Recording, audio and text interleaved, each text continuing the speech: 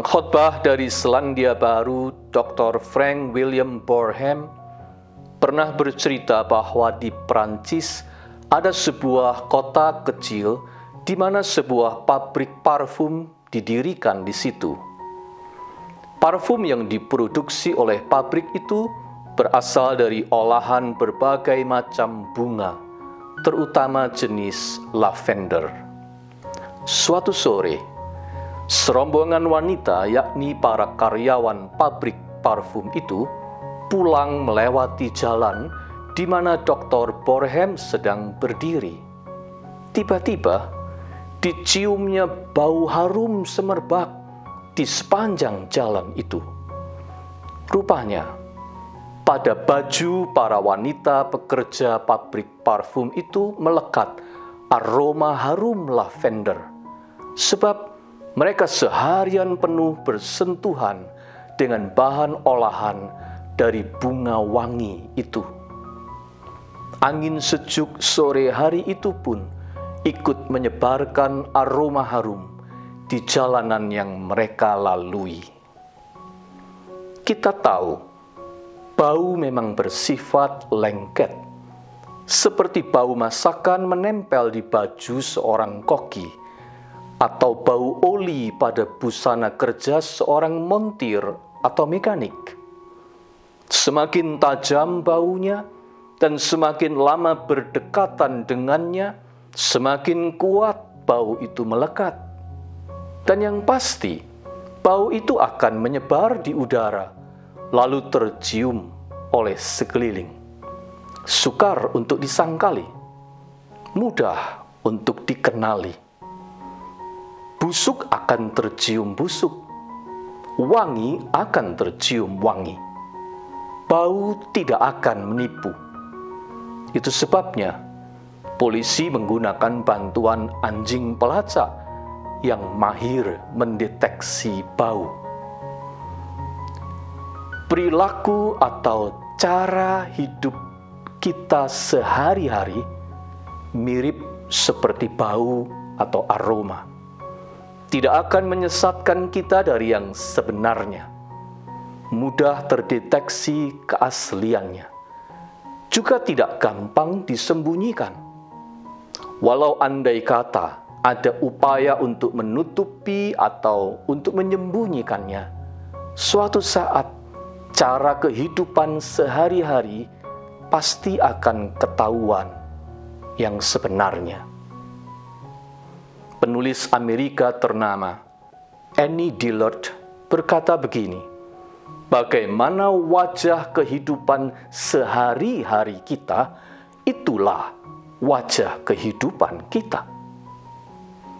Itu sebabnya Rasul Petrus menasehati umat Kristen Yahudi diaspora untuk menjawab segala penindasan, tuduhan jahat, dan fitnah kepada mereka dengan cara hidup yang baik atau perbuatan-perbuatan sehari-hari yang baik dan memuliakan Allah.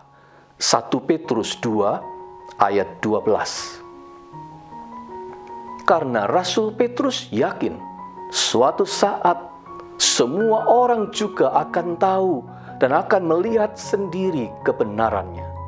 Sebab perilaku sehari-hari yang baik seperti bau yang tak mungkin tersembunyi untuk selamanya. Namun, tentu saja, sebelum keharuman perbuatan baik itu menyebarkan aromanya, harus ada pergaulan yang intens dan persekutuan yang erat antara kita dengan sumber kebaikan itu sendiri, yaitu Tuhan. Supaya apa? Supaya kebaikan Tuhan melekat pada kepribadian kita, pada tingkah laku kita. Kemudian menjadi kesaksian yang bisa dirasakan oleh mereka di sekitar kita. Seperti Rasul Paulus juga pernah menulis demikian. Dengan perantaraan kami, Ia, Allah, menyebarkan keharuman pengenalan akan Kristus di mana-mana. 2 Korintus 2 ayat 14. Sebenarnya, tanpa disadari, para wanita pekerja pabrik itu telah menjadi iklan bagi pabrik parfum tersebut. Iklan berjalan atau iklan hidup yang sehari-hari membawa atau menyebarkan keharuman parfum buatan pabrik di mana mereka bekerja, bahkan sampai ke jalan-jalan.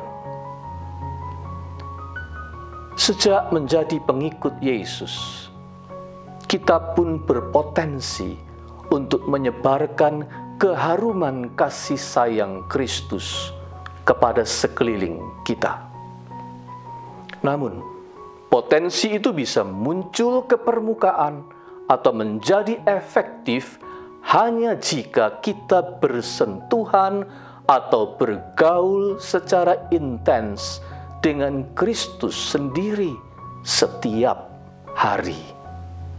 Semakin sering, semakin intens kita bersekutu dengan Yesus, semakin kasih-Nya meresap dalam kepribadian dan pembawaan kita, ikut mempengaruhi tingkah ucap dan tindakan kita. Bukan kegiatan mingguan kita yang menjadi iklan bagi kekristenan kita. Bukan.